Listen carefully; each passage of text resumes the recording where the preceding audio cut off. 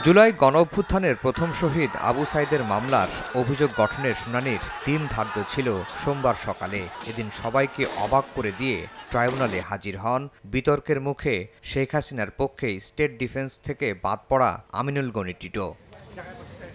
এর আগে সকালে আবু সাইদ হত্যা মামলার ৬ আসামিকে বিচারকের সামনে হাজির করা হয়। এর মধ্যে আবু সাইদকে সরাসরি গুলি করা আমির হোসেন ও সুজন চন্দ্র রায়ও ছিলেন। সকাল 11:30টার পর শুরু হয় শুনানি, যেখানে আবু সাইদ হত্যার পুরো চিত্র তুলে ধরেন চিফ প্রসিকিউটর। বেরবির সাবেক ভিসি ও পুলিশ কমিশনারের সংশ্লিষ্টতা, চাপ দিয়ে 4 বার সুরত হাল ও ময়নাতদন্ত রিপোর্ট পরিবর্তন করানোসহ সামগ্রিক বিষয় তুলে ধরা হয়। এ সময় 30 আসামির বিচার শুরুর আবেদন করে শুনানি শেষ করে প্রসিকিউশন।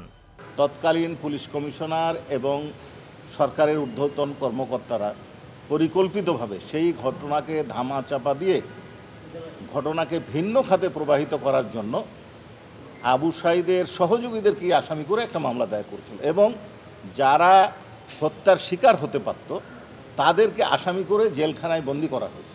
আসামিপক্ষের আইনজীবীদের শুনানির জন্য মঙ্গলবার দিন ধার্য করেছেন ট্রাইব্যুনাল।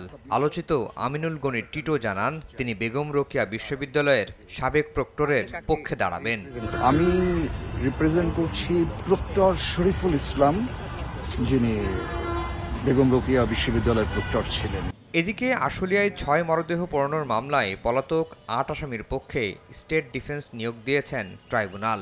এই মামলার অভিযোগ গঠনের শুনানি হবে 7 আগস্ট। আর লক্ষ্মীপুরে 5 জনকে হত্যা মামলায় 3 আসামিকে একদিন করে জিজ্ঞাসাবাদের অনুমতি দেওয়া হয়েছে। আফজাল হোসেন, সময় সংবাদ, ঢাকা।